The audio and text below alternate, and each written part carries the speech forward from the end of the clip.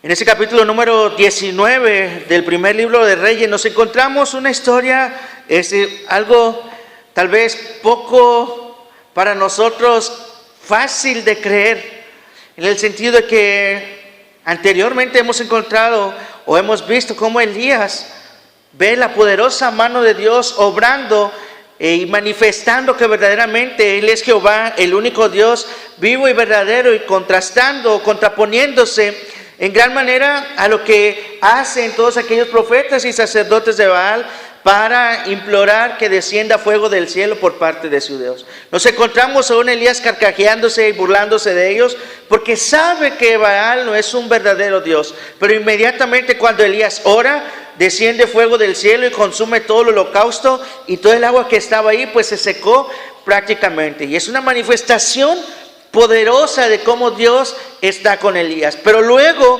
nos encontramos también que después de 3 años y medio, Elías ora para que venga lluvia nuevamente, y cae lluvia sobre el pueblo de Israel. Nos encontramos nuevamente ante una manifestación maravillosa del poder de Dios, en el cual Elías está trabajando, en el cual Elías está sirviendo a su Señor. Un profeta que sin duda para todos nosotros como cristianos podemos decirlo, es una persona que ninguno va a poder llegar a ser como ella, pero que también tuvo sus debilidades como todos nosotros, pero que también tuvo sus momentos en los cuales su fe empezó tal vez a decaer, en el cual su fe también se vio tal vez ahí menguada ante el hecho de lo que estaba aconteciendo y a lo que había sucedido. ¿Por qué llega a esta condición Elías? Y lo importante es lo que mencionan los primeros 2 versículos de este capítulo número 19. Acá el rey de Israel viene con su esposa Jezabel, una esposa malvada, una esposa idólatra, una mujer que no es del pueblo de Israel, y le informa de todos los pormenores o con lujo de detalle de lo que Elías hace allá en el monte Carmelo con los profetas de Baal, cómo les dieron muerte a todos y cada uno de ellos. Jezabel es la promotora del culto a Baal en Israel, y es quien trae toda esa esencia, todo ese culto desde su propio país, y lo trae y lo pone en práctica en Israel, y Acab en ningún momento le impide que esto se haga, que esto suceda. Él como el rey tiene que vigilar que también la sociedad, que también el pueblo vaya a alabar, adorar y a buscar a Jehová, el Dios de los ejércitos. Pero Acab no lo hace. Acab no le interesa y le deja a su mujer la rienda suelta para que haga y deshaga en cuanto a religión, en cuanto al culto se refiere en Israel. Y ella, al conocer los detalles, que sin duda se enfurece por lo que ha sucedido, se enfurece porque han matado a sus profetas, se enfurece porque ya no tiene quien sea el que ministre el culto a ese Dios, y lo que hace es jurar por sus dioses que va a matar a Elías. Jura por sus dioses que para el día siguiente Elías va a estar muerto. Elías ya no va a existir sobre la faz de la tierra, y con esto tal vez se acabarían los problemas para ella. Con esto tal vez se acabaría aquella disputa o aquel enojo, aquel que está en contra de ella por su religión, por su culto. Y ella piensa, ese hombre lo mato y se acabará todo, y va a haber mucha mayor libertad para actuar, para hacer y para deshacer en cuanto al culto con este pueblo. Y debido a eso, debido a que está sobre él una promesa perversa o un juicio ya, Elías huye. Elías huye de la mano de Jezabel.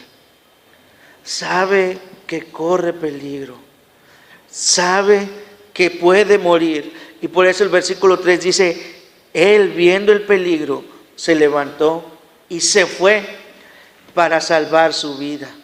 Pero se fue, dice, hasta Berseba, que está en Judá, y dejó allí a su criado. Huye, podríamos decirlo, por una razón justa. Necesariamente como humano también Elías tiene derecho a sentir miedo. Ningún ser humano puede decir que el miedo es malo por el simple hecho de tenerlo. No, el miedo en muchas situaciones es bueno porque nos ayuda a ser precavidos, porque nos ayuda a estar alertas, porque nos ayuda siempre a estar vigilando qué es lo que está sucediendo a nuestros alrededores. El miedo no necesariamente es malo cuando el miedo te está dominando a ti y no quieres ni siquiera salir de tu casa. Elías sabe que su vida está en peligro y cree que una de las situaciones para salvar su vida es huir de ahí, es alejarse de él. Es decir, no voy a estar cerca de ahí. Y si vemos una distancia, ¿qué tanta distancia hay del Monte Carmelo hasta Beerseba? Y tomo con referencia el Monte Carmelo, no porque necesariamente ahí se encuentra Elías, sino porque la Escritura no describe con exactitud dónde está. Sea que esté en el Monte Carmelo, o sea que esté en Samaria, pero tomando referencias del Monte Carmelo hasta Beerseba, en línea recta es una distancia de 160 kilómetros. En línea recta. Y claro que ningún camino está así, en línea recta.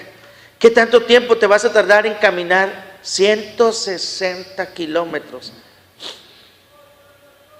Es como ir de aquí a la ciudad de Miguel Alemán, Tamaulipas, aproximadamente, o a Roma, Texas, 160 kilómetros. En vehículo nos tardamos 2 horas, pero camínalos, ¿cuánto tiempo te vas a tardar? La distancia es demasiado lejana. Con esto Elías está diciendo, quiero estar lo más lejos posible de Jezabel. Por un lado sí está bien que vaya a conservar su vida, pero por el otro lado nos estamos preguntando también, ¿dónde está la confianza de Elías en Dios? ¿Dónde está la confianza de Elías en Dios en este momento?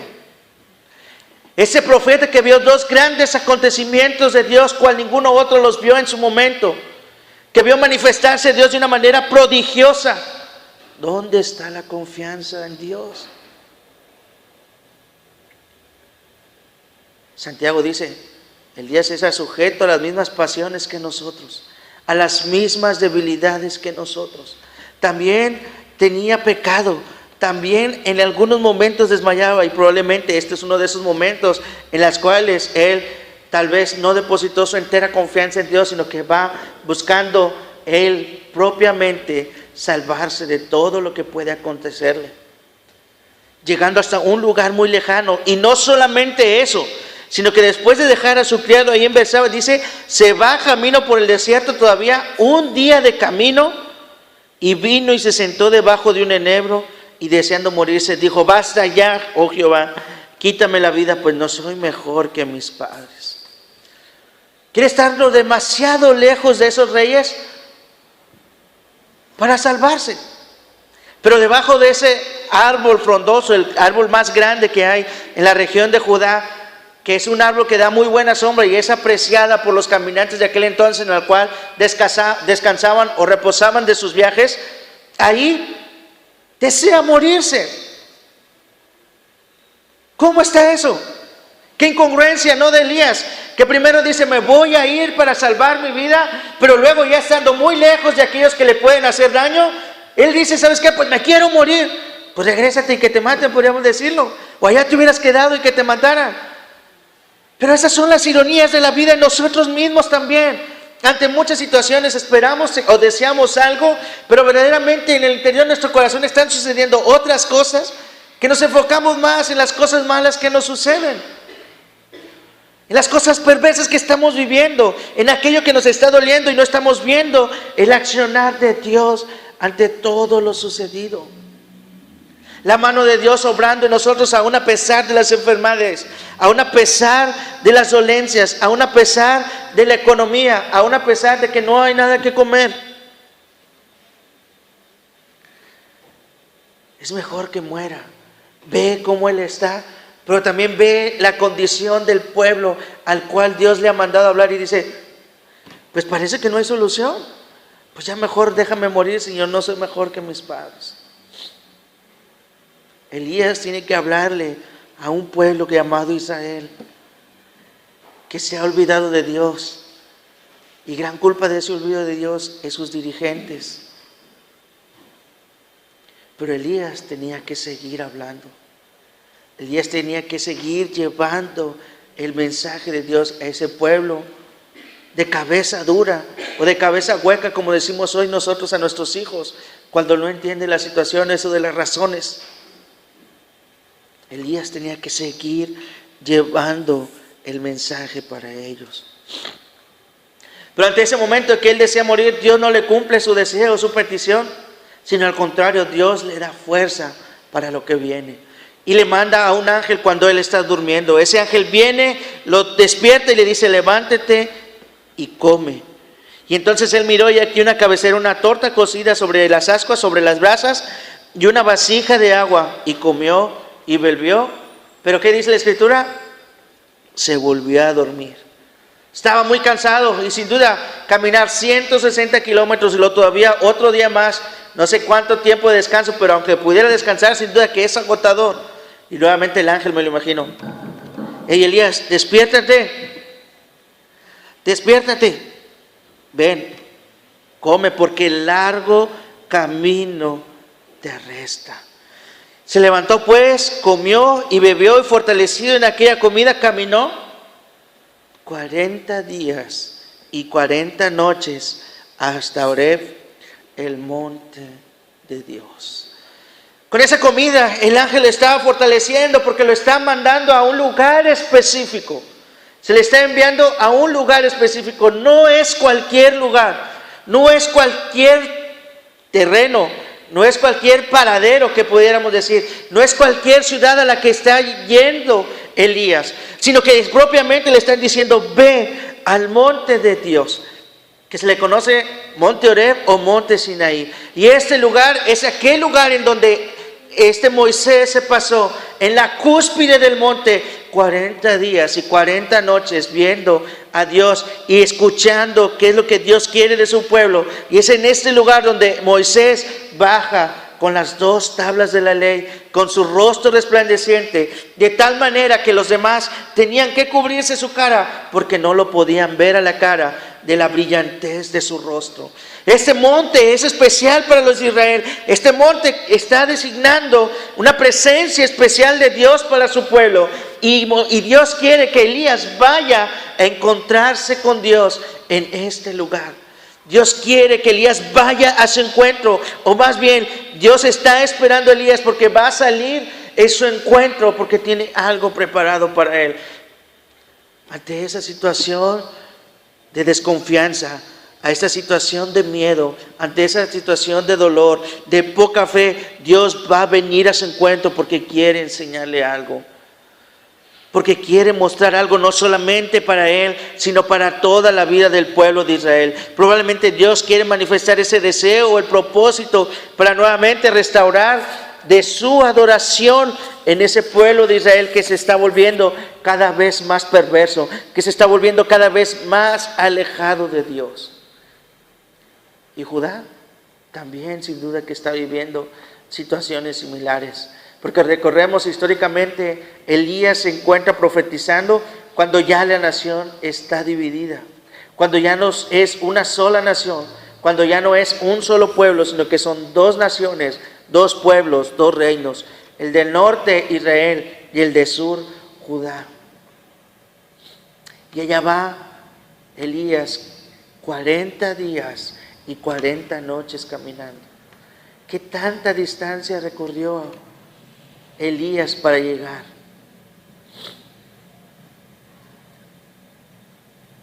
Y me llama poderosamente la atención que Elías no se queja, que Elías no dice: ¿sabes qué? Tengo que caminar tanto tiempo. No, hombre, aquí mátame, ángel. Sino que al verse fortalecido, al ver que Dios ha enviado su mensajero para ayudarlo, él va, tal vez no con ese gozo, no con ese ánimo en muchas ocasiones, pero va seguro de que Dios tiene algo preparado para él.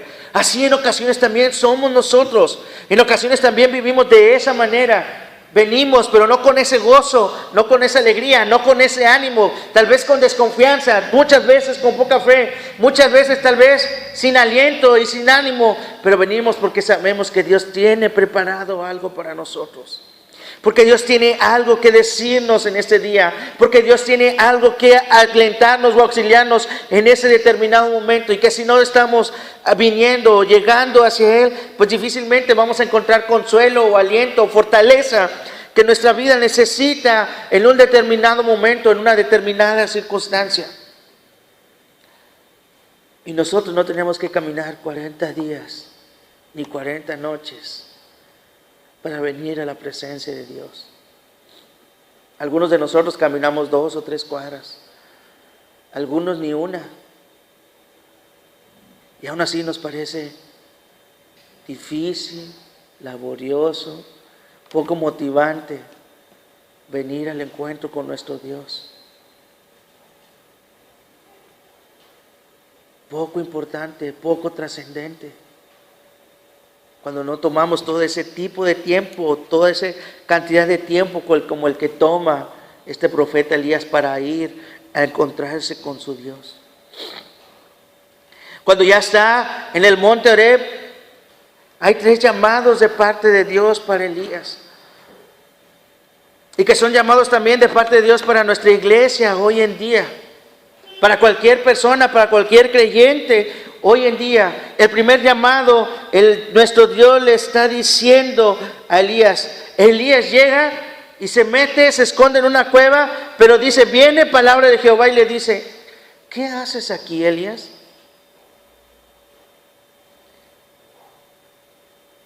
¿Sabía Dios qué estaba haciendo ahí Elías? Sin duda que sí. No necesitaba Dios que Elías le respondiera a esta pregunta, porque Él conoce hasta lo más íntimo de nuestro ser. No hay nada que le podamos esconder en ningún momento de nuestras vidas. Dios lo conoce. Dios sabe perfectamente qué es lo que está sucediendo en cada momento de nuestras vidas. Pero esa pregunta no es tanto para que se la respondan a Dios, sino para que sea una pregunta que vaya hacia lo más íntimo del ser de Elías y se ponga a meditar la verdadera razón por la que él está ahí. ¿Qué es lo que lo ha motivado a llegar hasta acá? ¿Por qué no estás haciendo tu trabajo? ¿Por qué no estás cumpliendo con tu labor? ¿Por qué no estás cumpliendo con tu ministerio? ¿Qué haces aquí?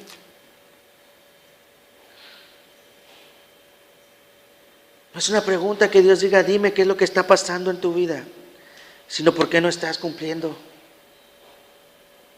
con lo que necesitas. Y no es que Dios se lo esté reclamando, sino que Dios quiere que interiorice Elías, que encuentre al propio Elías, que sea consciente con él mismo, para luego lo que Dios tiene preparado para él. Busca en tu interior qué estás haciendo.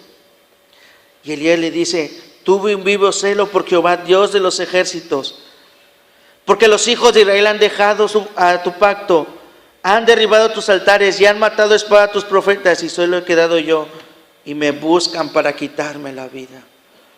Y Elías le dice, he llegado hasta este lugar porque he sentido un gran amor por ti, me consume el amor por ti, diciendo que no puedo estar allá en medio de un pueblo que ha violado tu pacto, en medio de una nación que no está buscando tu rostro, en medio de una nación que no está leyendo la palabra de Dios, en medio de una nación que no está orando, en medio de una nación que no está ayunando, en medio de una nación que no está compartiendo el evangelio de Jesucristo, en medio de una nación que no le interesa a Dios.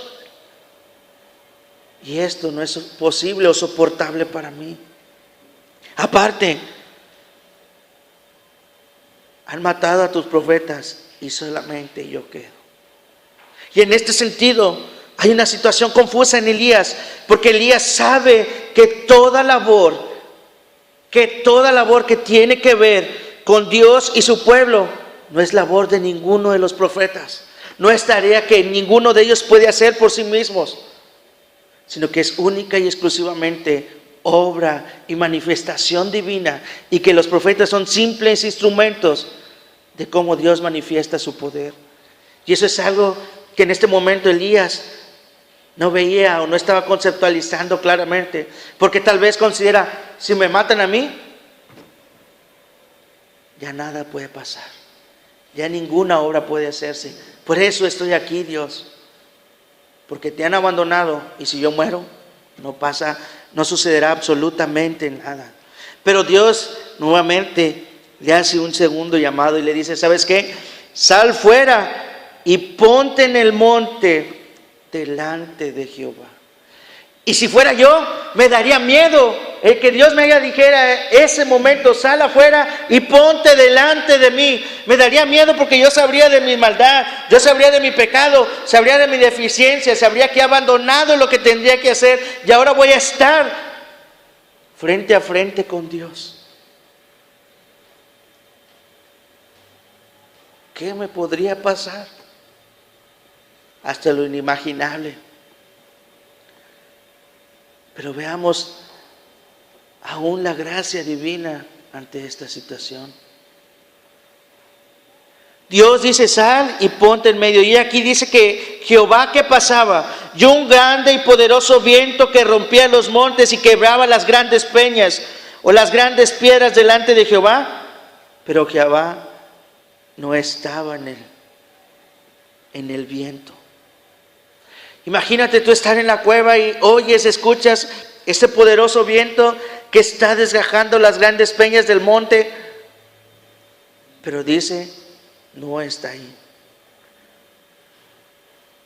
No es que el viento haya corrido porque le dio su gana, sino porque Dios lo manda, pero Dios no está cuando ese viento llega. ¿Recuerdas hace tal vez 8 años, un febrero? También un poderoso viento en nuestra ciudad levantó láminas, derrubó anuncios publicitarios, veías cómo la basura y grandes pedazos de fierro volaban entre las calles. Eso se queda demasiado corto a lo que pudo ver Elías. Un grande torbellino, no me acuerdo cómo se llama, tornado que pasó en Ciudad Acuña hace algunos meses, el año pasado, que levantó a los carros, derribó casas. Eso no se compara tampoco a lo que vio Elías, pero dice la Escritura, ahí no estaba Jehová. Pero después del viento viene un terremoto, pero tampoco estaba Jehová en el terremoto. ¿Cómo estaría Elías? ¿Tendría miedo? ¿Estaría quieto? ¿Estaría tranquilo? No lo sé, pero yo digo, si yo hubiera estado ahí, yo me quería morir de miedo al ver todo eso. No solamente el fuerte viento que se lleva las grandes piedras, sino ahora un terremoto. Dios santo, ¿qué me va a pasar? Pero no solamente eso, y con el terremoto viene fuego. Pero dice la Escritura que tampoco estaba Jehová en el fuego. Y algo muy importante, Elías puede percibir que ninguno de estos 3 fenómenos naturales o meteorológicos está Dios. En ninguno de esos 3 fenómenos está Dios, y Elías lo puede percibir, Elías lo puede distinguir. Si estuviéramos nosotros ahí, probablemente al escuchar el fuerte viento ya hubiéramos salido de la cueva. Y oh sorpresa, ahí no estaba Dios. Tal vez nos hubiera matado una piedra o el viento nos hubiera llevado. Elías no ha perdido esa espiritualidad. Elías no ha perdido esa fe, no ha perdido esa percepción de Dios. Sigue estando Dios con él y sabe perfectamente que en esos fenómenos ahí no está Dios.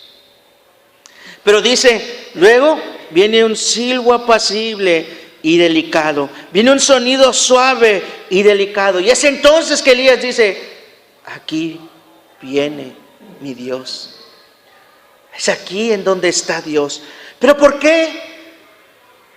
Si cuando viene Moisés al monte se oyen grandes estruendos, hay grandes acontecimientos, y ahí está Dios, ¿por qué ahora con Elías no está ahí? Y la razón es porque Dios está manifestando que Dios no es solamente el Dios de los fenómenos naturales, sino es más que eso. Y le está demostrando a Elías, y también va a ser para demostración de todo el pueblo, que él es muy distinto a Baal. Porque a Baal se le considera el Dios de las tormentas, el Dios de los rayos y el Dios de los fenómenos naturales. Y dice Dios, Él no es, soy yo. Yo soy el que los produce, yo soy el que los mando, y aquí está la muestra. Después de todo esto, aquí vengo y me presento delante de ti. ¿Y Elías cómo sale? Elías dice, sale, pero se cubre el rostro con su manto, con su capa, y sale a la puerta de la cueva. Y se viene el tercer llamado del Señor. ¿Qué haces aquí, Elías? Es exactamente la misma pregunta que en la primera ocasión. ¿Qué estás haciendo aquí? ¿Por qué estás aquí? ¿Cuál es la causa por la que tú has llegado hasta este lugar? ¿Cuál es la causa por la cual tú has llegado a tal condición en tu fe o en tu vida espiritual? ¿Qué estás haciendo aquí? Y la respuesta de Elías no es más que la misma que le dijo en primera ocasión. He sentido un vivo celo por Jehová, Dios de los ejércitos, porque los hijos de Israel han dejado tu pacto, han derribado tus altares y han matado a espada a tus profetas, y solo yo he quedado, y me buscan para quitarme la vida. Exactamente la misma situación.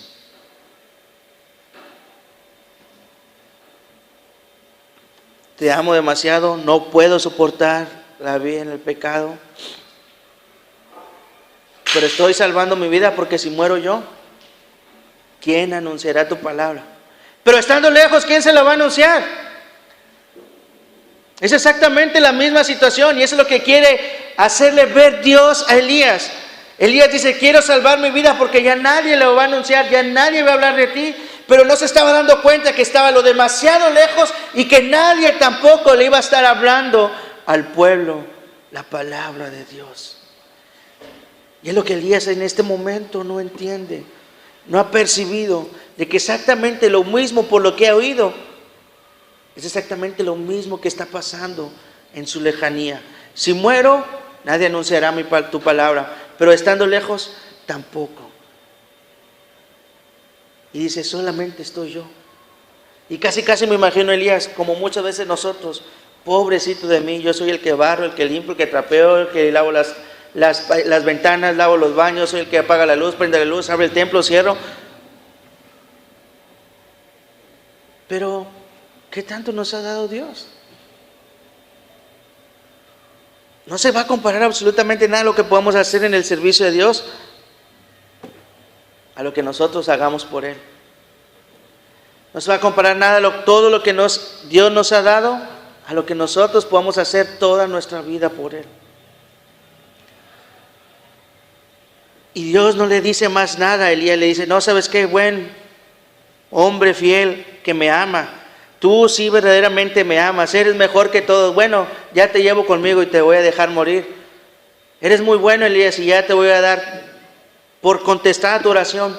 No, al contrario, hay un mandato de Dios, hay una orden de parte de Dios, y la orden de Dios es, regrésate. ¿Qué estás haciendo aquí? Regrésate, tú no tienes nada que hacer aquí. Tú no tienes nada que hacer aquí en la cueva. Tu trabajo está allá en Israel, 40 días y 40 noches de regreso, y todavía un día más de camino, y luego todavía 160, 140 kilómetros más de caminata. Allá es donde tienes que estar. ¿Cuánto se tardó en llegar? 2 meses, a lo mejor. 2 meses de camino. Pero dice, regresa por donde has venido. Elías dice, no hay más quien obre por ti. Pero Dios le dice nuevamente, no se trata de que la obra lo haces tú. No se trata de que tú eres el importante. No se trata de que tú seas el líder o que tú dices, solamente estoy yo. Se trata de que mi labor la hago yo y yo escojo a los instrumentos que me van a ser útiles. Y por eso le dice, regresa. Pero no vas a regresar solamente por regresar. Vas a regresar y vas a ungir a 2 reyes y vas a ungir a un profeta más. Dios ya tiene preparado y tiene designada su obra, cómo se llevará a cabo y quiénes vamos a participar en ella. En este caso eran esos 2 reyes y Eliseo el profeta. En nuestros tiempos la obra de Dios se está haciendo y quienes vamos a participar en ella somos tanto usted como yo. No solamente algunos de nosotros, todos y cada uno de nosotros somos los que vamos a participar en la obra de Dios. Pero ojo, nosotros no somos los que lo hacemos. Nosotros no somos los que damos los resultados. Nosotros no somos los capacitados. Nosotros no somos los fuertes. Sino ese es solamente nuestro Dios quien hace su obra a través de nosotros y muy a pesar de nuestro pecado, de nuestra falta de fe, de nuestra falta de compromiso, de nuestra falta de entusiasmo, de nuestra falta de motivación. Dios la hace. No importando si somos jóvenes, adultos o de la tercera edad. En el servicio a Dios no hay jubilación.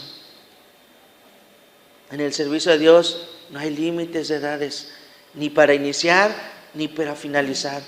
Dios tanto puede usar a un pequeñito niño como al más grande de los adultos en nuestra iglesia para hacer su obra, porque el poder está en Él, porque la obra es solamente de Él. Regresa y haz esto que te he mandado. Y le da una motivación, le da una fortaleza, le da un aliciente a ese corazón sin esperanza, a ese corazón sin gozo tal vez en este momento, a ese corazón desconsolado porque solamente él queda y piensa que solamente él es el único que está adorando a su Dios. Pero Dios le dice: Elías, no es así. Yo haré que queden en Israel 7,000 cuyas rodillas no se doblaron ante Baal y cuyas bocas no le besaron. Aquí en nuestra versión 60 parece indicar que Dios le dice: cuando tú regreses yo voy a hacer que esas 7,000 personas no lo hagan. Pero el verdadero sentido de la escritura es que dice: yo me he reservado a 7,000 personas que no lo han adorado ni que tampoco lo han besado. En ese presente de Elías, en el cual cree que nadie está sirviendo a Dios, dice Dios: no es cierto. Hay 7,000 personas que me están sirviendo, que me están adorando, y esas personas son con las que yo voy a hacer mi obra en mi pueblo. A eso nosotros le llamamos como la teología del remanente, que hoy en día también Dios lo sigue haciendo. Por más perversa que sea la sociedad, por más malvada, por más alejada que esté de Dios, por más olvidada que esté de Dios, Dios siempre va a tener un pequeño grupo elegido por Él para llevar a cabo sus designios, a pesar, como les digo, de la infidelidad perversa de la mayoría de las personas. Y si hoy usted puede voltear su vista alrededor y puede decir: faltan personas, hoy en día nosotros somos también parte de ese pequeño remanente que Dios ha dejado en este lugar para cumplir sus designios. No estamos aquí porque usted quiera, no está aquí porque usted diga: yo me comprometo a estar aquí, sino está aquí porque Dios la ha dejado en este lugar para cumplir sus designios para su vida, para la de su familia y para la de esta iglesia Príncipe de Paz. No estamos aquí porque nos ha motivado el que estemos aquí, sino porque Dios a través de su Espíritu nos ha mandado a estar aquí en este lugar, porque algo Dios tiene preparado para todos nosotros. ¿Qué es? No lo sabemos. Elías tampoco sabía qué le preparaba a Dios, pero Elías regresa. Dios no le tuvo que decir más. En el versículo número 19 encontramos a Elías que regresa y en el camino se encuentra Eliseo. ¿Qué me va a preparar el camino? No lo sé. ¿Qué me va a esperar allá? ¿Me van a matar? No me importa. Dios está conmigo. Elías sabía que Jezabel lo iba a buscar para matarlo, pero ahora sabía que Dios estaba con él. Así como estuvo en el monte Carmelo cuando envió el fuego, así cuando estuvo con él cuando oró por la lluvia, él sabe que ahora Dios está con él y tiene un grupo de hijos suyos ahí en su pueblo que le adoran. Y dice: no me importa si muero, yo regreso y voy a cumplir con lo que Dios me está mandando. Para nosotros hoy en día también es eso. ¿Qué nos está mandando Dios? No nos importa que vayamos a sufrir, que no nos importa nuestras debilidades o nuestras incapacidades, sino lo que verdaderamente nos importa es que Dios está con nosotros. Y como nosotros decimos nada más a veces de dientes para afuera, si Dios es con nosotros, ¿quién contra nosotros? Que verdaderamente sea desde lo más íntimo de nuestro ser: Dios, tú nos vas a ayudar a salir adelante.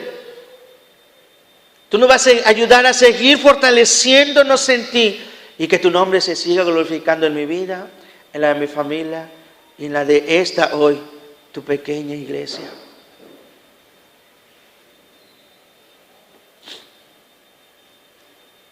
¿Por qué nos preguntará Dios a nosotros: ¿qué haces aquí?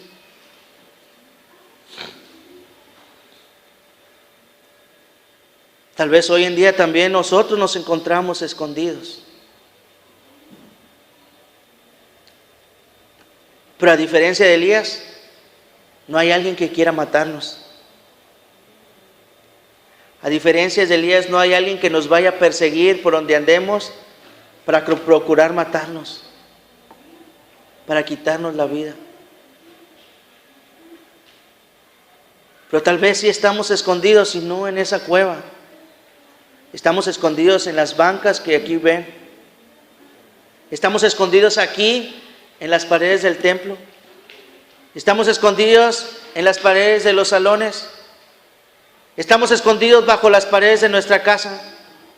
Estamos escondidos bajo las paredes de nuestro trabajo, de nuestra oficina, de nuestra escuela, de nuestro negocio, de nuestros hijos.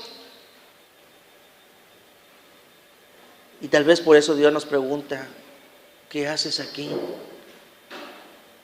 Porque al igual que Elías, no estamos en donde debiéramos estar, ayudando al necesitado, compartiendo el mensaje de la palabra con el no creyente, fortaleciendo al débil en la fe, ayudando al pobre, ministrando a las viudas, a los huérfanos. ¿Qué hacemos hoy aquí? Es una pregunta que todos y cada uno de nosotros debemos respondernos. ¿Qué estoy haciendo aquí? ¿Por qué estoy aquí? Porque Dios lo sigue preguntando a nosotros y sigue haciendo eco a nuestros oídos y hasta a nuestros corazones. ¿Qué haces aquí?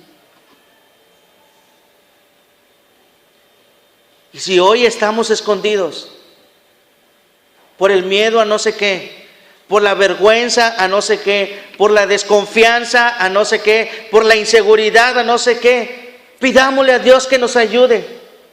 Roguemos a Dios que vivifique nuestro espíritu, que anime nuestros corazones y que no permanezcamos más escondidos en estas cuatro paredes, sino que salgamos como iglesia y vayamos por los necesitados, alcancemos a aquellas personas que están muriendo sin Cristo y que así el Señor pueda decir, ahí están las personas que tenía preparadas para mi obra.